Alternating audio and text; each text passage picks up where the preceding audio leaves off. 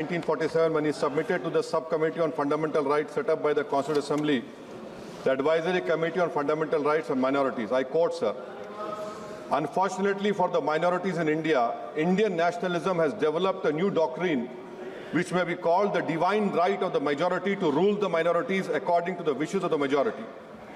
Any claim for the sharing of power by the minority is called communalism, while the monopoly of the whole power by the majority is nationalism. Guided by such political philosophy, the majority is not prepared to allow the minorities to share the political power, nor is it willing to respect any convention made in that behalf, as is evident from the repudiation of the obligation to include representation of the minorities in the cabinet, contained in the instrument of instruction issued to the governors in Government of India Act 1935. Baba Sahib says under these circumstances, there is no way left but to have the rights of scheduled castes embodied in the Constitution. This is true now also. I will prove it, sir. In what Baba Sahib said 75 years ago was absolutely right. No one wants the minorities to share power. I'll give you an example, sir. In this August House 75 years ago, when Maulana Azad stood up and said that what safeguards the Muslims have before the partition, those safeguards should be given to the Muslims. That was political representation reservation. You know what Sardar Patel instructed Mr. Abid Hussain and Begum Ezaz Rasool to censure Maulana Azad. And Maulana Azad felt claustrophobic. And Maulana Azad said that this Constituent Assembly has become a new prison for me. Maulana Azad said this in the Constituent Assembly, sir. Now what we see is that, sir, आप देख रहे हैं कि उसके बाद जो constituencies को बनाया गया असेंबली और पार्लियामेंट की हदबंदी हुई, वो इस तरीके से उसको तरतीब दी गई कि अक्सरती तबके के लोग जीत जाएं और मुस्लिम अक़लियत के लोग कामयाब होने में बड़ी मुश्किलात पेश आए। इसीलिए 2007 में सच्चर कमेटी ने कहा था, सिफारिशात में कहा कि अब जब हदबंदी होगी तो माकूल तरीके से बनाया जाए ताकि मुसलमान पार्लियामेंट और असेंबली इलेक्शन जीत सके।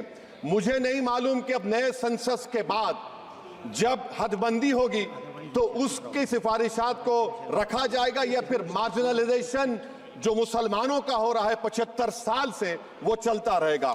सर, जब पार्लियामानी जमहूरियत की कामयाबी किस बुनियाद पर होती है?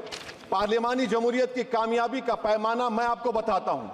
Article 25, article 26, article 29, article 30, article 14, article 21, ये 4 बुनियादी राइट्स है आइन में, जिसको हम सामने रखकर मैं आपको बताऊंगा कि क्या वाकई में उन कमजोर तबकात से इंसाफ हुआ। मिसाल के तौर पर आर्टिकल 15 और 16, सर, 1950 का प्रेसिडेंशियल ऑर्डर निकला, तारीखी नाइंसाफी के खात्मे के लिए रिजर्वेशन दिया गया, तारीखी नाइंसाफी के लिए हजारों साल के जुल्म की बिना पर, मगर उनको नहीं मिला जिनका मजहब इस्लाम और मुसलमान था, उनसे भी नाइंसाफी जुल्म हुआ। दूसरी बात, सर, दूसरी बात, दफा 25 में प्रोफेस कहा गया, आर्टिकल 25 टॉक्स प्रोफेस।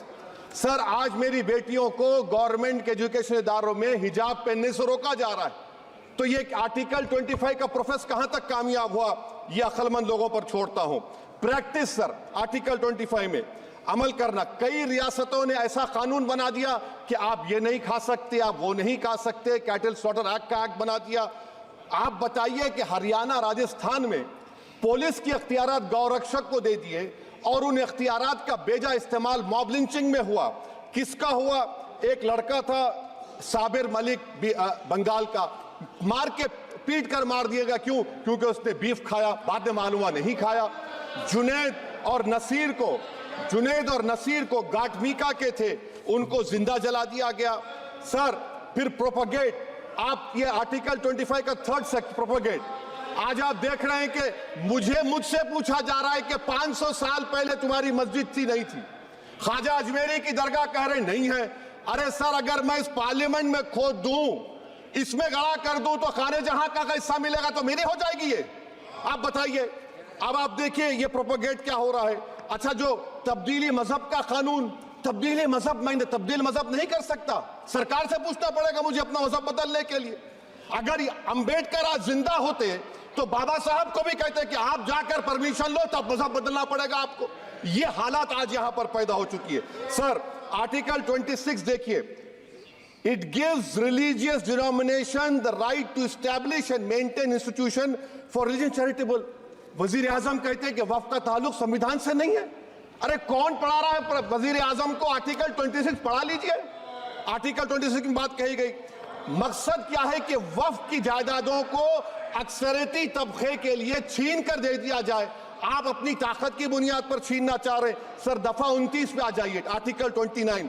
लैंग्वेज का, जबान का तहफ्फुज है। उर्दू को खत्म कर दिया गया। वो उर्दू जिसके हमारे मुजाहिदीन आजादी ने नारा दिया था, इनकलाब जिंदाबाद का, उस जबान को आप खत्म कर रहे हैं। कल्चर, आप कल्चर की बात इनसे पूछ लीजिए, वो बोलेंगे नहीं हमारा जो कल्चरल नेशनलिज्म है वो कल्चरल नेशनलिज्म नहीं है बीजेपी का, वो कल्चरल नेशनलिज्म आला जात का हिंदुत्व का नेशनलिज्म है जो भारत के इंडियन नेशनलिज्म से बिल्कुल मुख्तलिफ है। सर अब आप आ जाइए, सर आर्टिकल 30 पे आ जाइए। सर आर्टिकल 30 पे आ जाइए। सर आर्टिकल 30 में माइनॉरिटीज को राइट दिया गया। This house has passed a law in 1981 to give AMU. This government went to the Supreme Court and said no, we'll oppose minority status. This house voice was suppressed in the Supreme Court, sir. That is why I say that the executive has argued contrary to the parliament. Sir, right to life तो उस वक्त भी था। मैं आपको मिसाल दे रहा हूं। सर दिसंबर 63 में 63 में कश्मीर में रसूलुल्लाह सल्लल्लाहु अलैहि वसल्लम के मुंह मुबारक की चोरी हुई तो पूरे देश में, sir only 2 minutes, sir, please wind up. Only 2 minutes, sir. Please, sir, only 2. Time is gone. The Prime Minister has I'm concluding, sir. I'm concluding. Please, he has to reply. Listen to me, sir. Sir, my Shikwa Hind Bayan. 1 minute. I'll conclude, sir. 2 minutes. Now, in Article 20, after that in 63, 8 lakh Muslims were pushed into East Pakistan. What has changed? Please tell me. 2013, Muzaffarnagar, 50,000 were shifted. Sir, riots to and riots happened. Nelli massacre. Hashimpura, Maliana, Mumbai 93, Ahmedabad 69, Gujarat 2002, 22, Delhi 84, Delhi. Nothing has changed, sir. Lastly, sir. Please. Lastly, sir. On judiciary, sir, on judiciary, sir. I'm concluding. On judiciary, sir. CAA is not being heard. 2 sitting chief ministers get bail, but Stan Swamy died in the prison, sir. That is why I say the institution functioning of judiciary please conclude. And lastly, sir, just now Ravi Shankar Prasad quoted a book. In that book, there's a Tipu Sultan also. Okay. That is, sir, I'm concluding by reciting a sher. On this I conclude, sir. Nisar में तेरी गलियों के वतन के जहां चली है रस्म के कोई ना सर उठा के चले, जो कोई चाहने वाला तवाफ को निकले नजर उठा के चले। सर हम जिस्म व जान बचा के चले, बहुत है जुल्म दस्ते बहाना के लिए। सर हम जो चंद अहले जुनू तेरे नाम